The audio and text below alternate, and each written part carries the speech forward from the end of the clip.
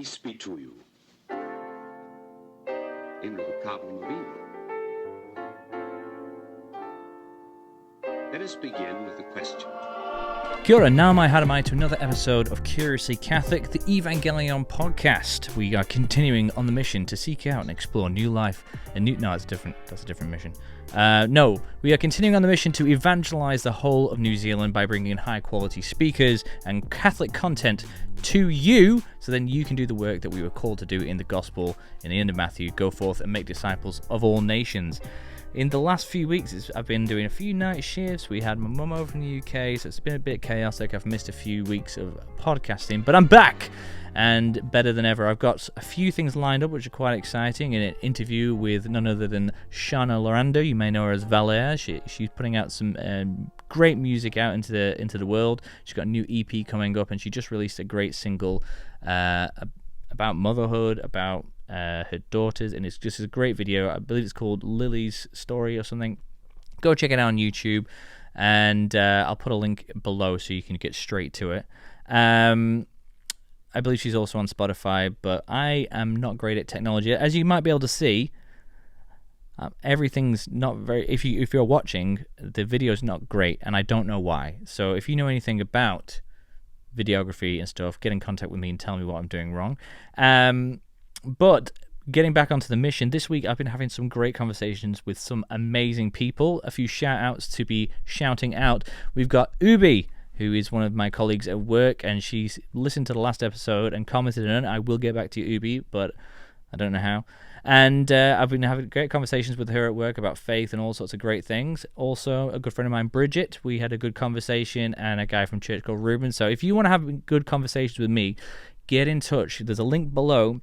If you click on that link and you type in your details, I will get in touch with you. We will go for a coffee and we will talk about how we can make this mission a reality, how you can help out, how I can help you, help me, help you, help Jesus get this mission on the go.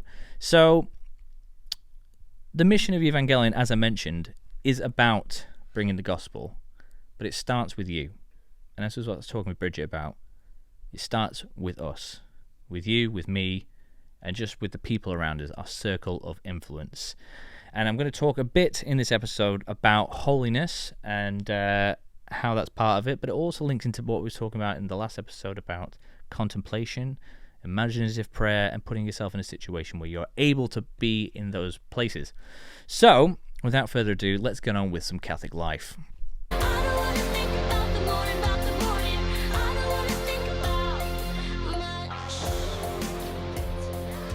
Okay, so about... How many weeks ago was it? Whose birthday party did we have recently? Was it Lucille? No, it was Jemima's. Jemima's birthday. I had a friend come over, and she asked me a question. She was like, how do you be holy? And I thought, that's a great question for a great podcast. I said, listen to my last episode on contemplative prayer. And she said, who did you do it with? And I said, it was just me. And she said, oh. It's okay, we're still friends, but it got me thinking. It's like, that's a great question, and I think I might know something about it, because recently I've been reading this book, the Bible. You might have heard of it, and you see the story of salvation, which is the story of holiness. Because first off, what is holiness? What is sanctity? It's to be set apart. It's a consecration. It's to live in a particular way that is oriented in a particular direction. And the Bible is all about that. We hear it from the very beginning to the very end. It's about forming a people in a particular way that is contrary to the culture that we're part of, that is going in the opposite direction, or just not going anywhere.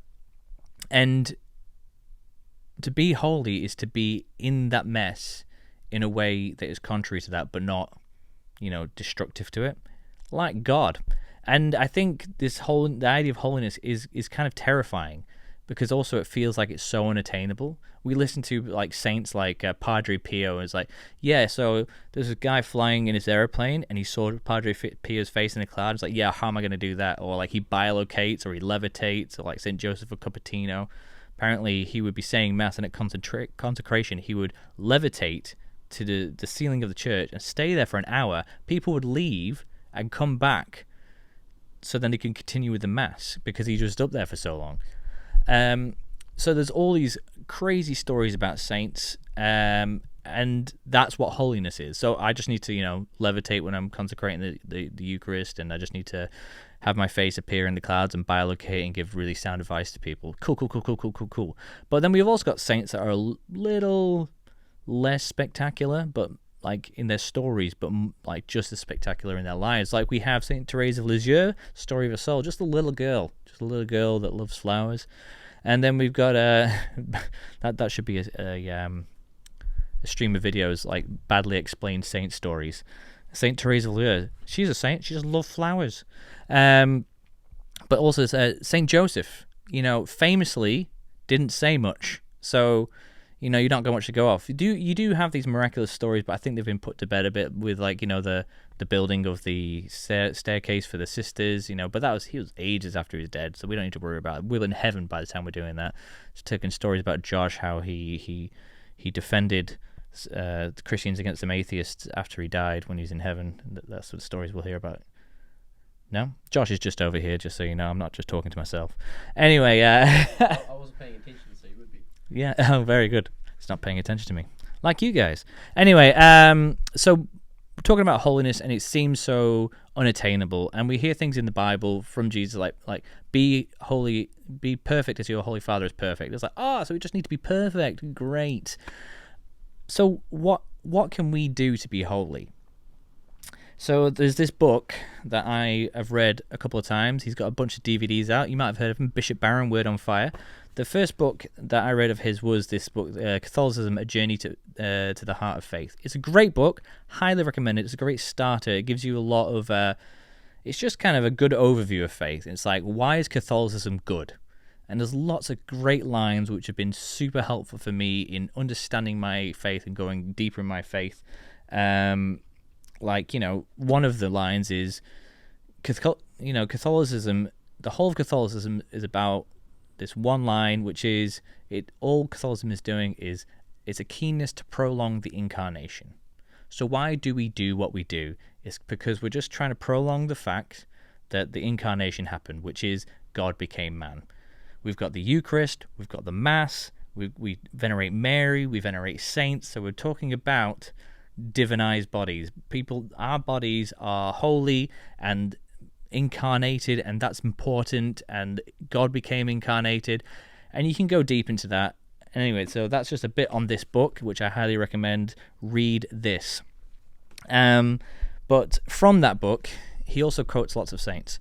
I don't know if this guy's a saint or just a scholar, but Soren Kierkegaard, he has this line, if I can find it. I couldn't find it in the book. I definitely read it in this book, and I found places where Bishop Barron has said it since. However, I can't find the line exactly of what he says about it, because I thought, why am I going to talk about what Soren Kierkegaard has said when I don't really know how to say his name, and Bishop Barron has already said heaps of really good stuff about him. So, the quote from Soren Kierkegaard is, "To be a saint is to will the one thing." And what the bishop goes on about after this is he says, doesn't mean to say you are only doing one thing. Because also, I guess that's the fear with going into holiness. It's a fear of, I have to get rid of all the things that I like, I have to get rid of all the fun things, and I have to only pray, and I have to only do the rosary, I have to only go to Mass, and it's just limiting my life so much, and it's going to ruin my relationships. And I mean, those things might happen a little bit in life. I mean, we've just been through Lent, which is about entering into the desert and pulling away all those things which are getting in the way. So there is an element of getting rid of things in our life. But it's more about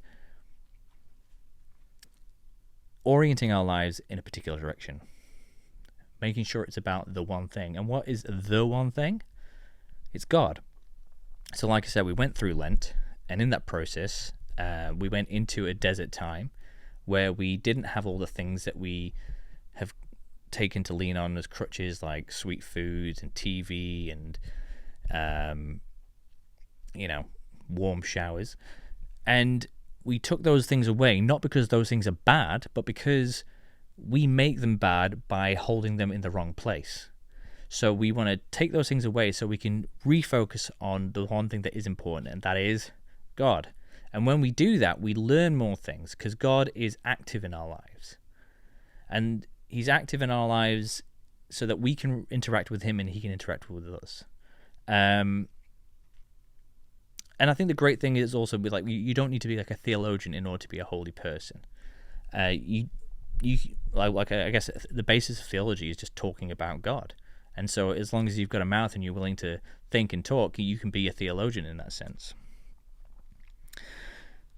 But yeah, so we will reduce our lives a little bit, take a few things away, but we won't miss them. We'll find a deeper joy, which is found in the source of joy, which is God. And so holiness isn't that much of a scary thing, really. And I was talking the other day with my friend Bridget, as I mentioned, and I was saying how if we could reduce it to a few things. So, like, if you want to have a healthy life, you want to be a healthy person, you need 3 basic things. You need good sleep, you need to eat well, and you need to exercise. Now, I'm not saying you need to be Dwayne Johnson and be really buff in the gym 24/7. That's not what I mean by exercise. It's just you need to have an active lifestyle. And when I say, eat well, I don't mean you need to be a vegan or you need to be some sort of like intermittent fasting carnivore diet guy. You just need to eat, well. What is good for you. Eat those things. Don't eat things that are bad for you.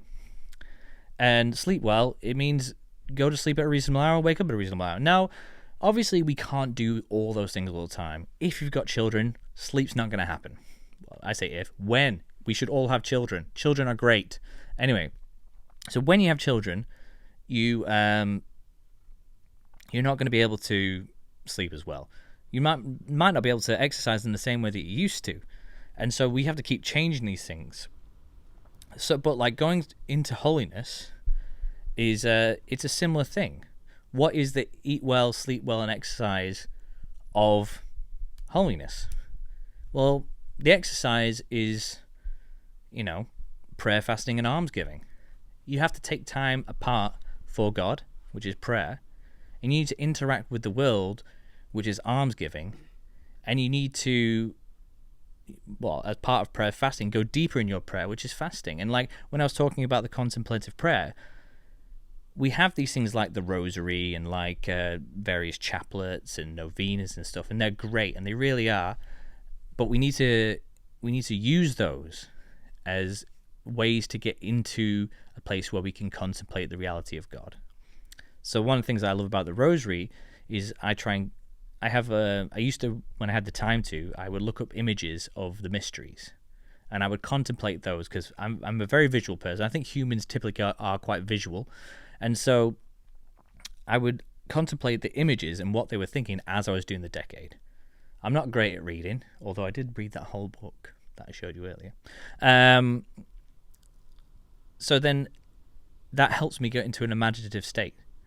Or I think, we're talking about the resurrection. I think of the time in the tomb. It's like when they walked into the tomb, what did they experience? What did it feel like? What did it smell like? And I just think about, and that's just imagination. That's a human thing that we have, that we can use to enter into a point of contemplation. So that's the prayer, and I'll probably talk more about that in another episode because, prayer is a pretty big thing, and I talked about it in the last episode. So that's exercise. Eat well. Receive the Eucharist.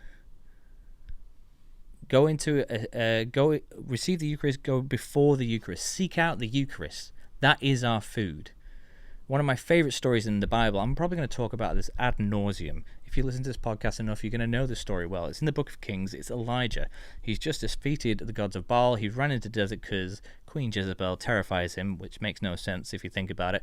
And he hides under a tree, and he falls asleep. He says to God, take my life, falls asleep. An angel wakes him up and feeds him 2 or 3 times, and then he goes into the desert where he meets God in the still small voice. And so when we're eating well, we're being fed on God. We're being fed on the Eucharist. And this pattern that Elijah goes through, it's a rest, it's an eat well, it's resting and eating well, and then going out so that you're ready to take on the world. So you're going out into that time of prayer, which is the time in the desert where then he meets God in the still small voice in the mountains.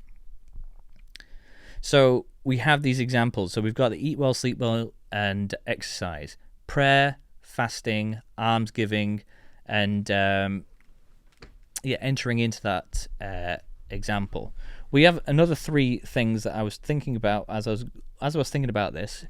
Looking at the Bible, we're looking at the story of the holy people of God, the Israelites.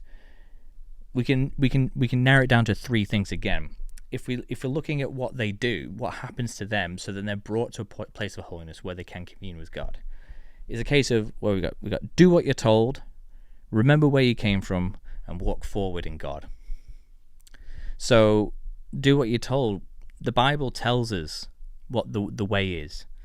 The way before Jesus got here was setting ourselves apart by certain practices and then listening to what Jesus says, the Beatitudes. This is the way. Follow Jesus. Do what you're told. Remember where you came from. Again, it's going back to the Bible, listening to the story of salvation.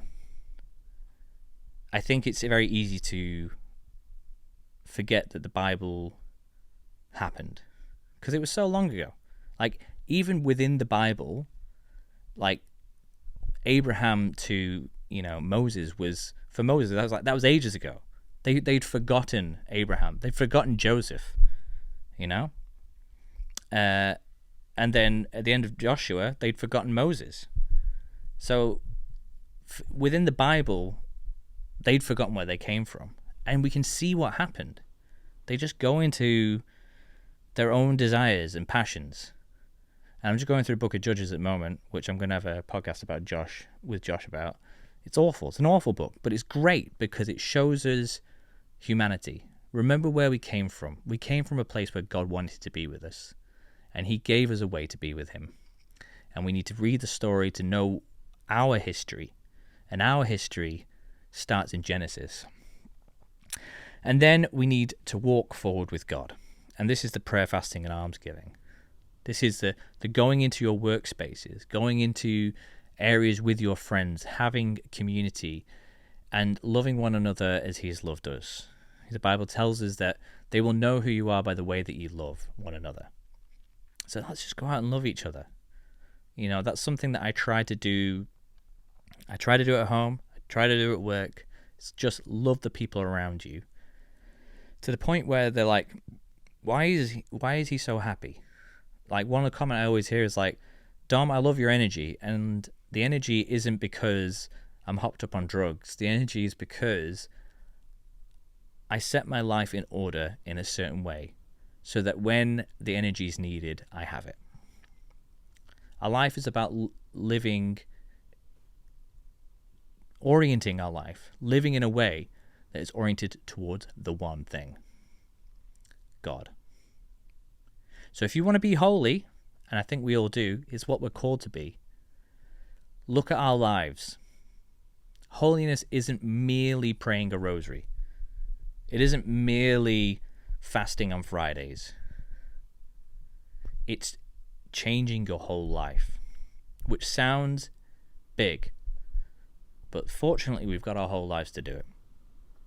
So if I can encourage you to do anything, it's to live life on purpose. Think about how you live and how you want to live. How do you want to be? And start trying to be that person today. If I can orient my life well, what would I do? Jordan Peterson says, what's this first smallest step I could take? Be humble and say, okay, I'm just going to wake up half an hour earlier, or whatever the thing is. I'm just going to pray 1 decade of the rosary. But then keep thinking about it. Keep going deeper. Seek that relationship and change the things in your life that, even though they're nice, you actually don't like. You prefer other things. And it's just a case of choosing one thing over the other. It's not saying you're not allowed to do these things. It's saying, I want to do these things, and therefore I can't do the things that aren't good for me. So, be holy, seek God, and subscribe to Evangelion. Like this podcast, share it, and subscribe. Get involved. Click on the link below. Look up my friend Shana, see the music she's putting out. And in the next episode, we're going to be talking a bit about our relationship to God as the craftsman, and he's the creator. So stay tuned for that, and it's going to be a great episode. So get involved. Let's change the world. God bless.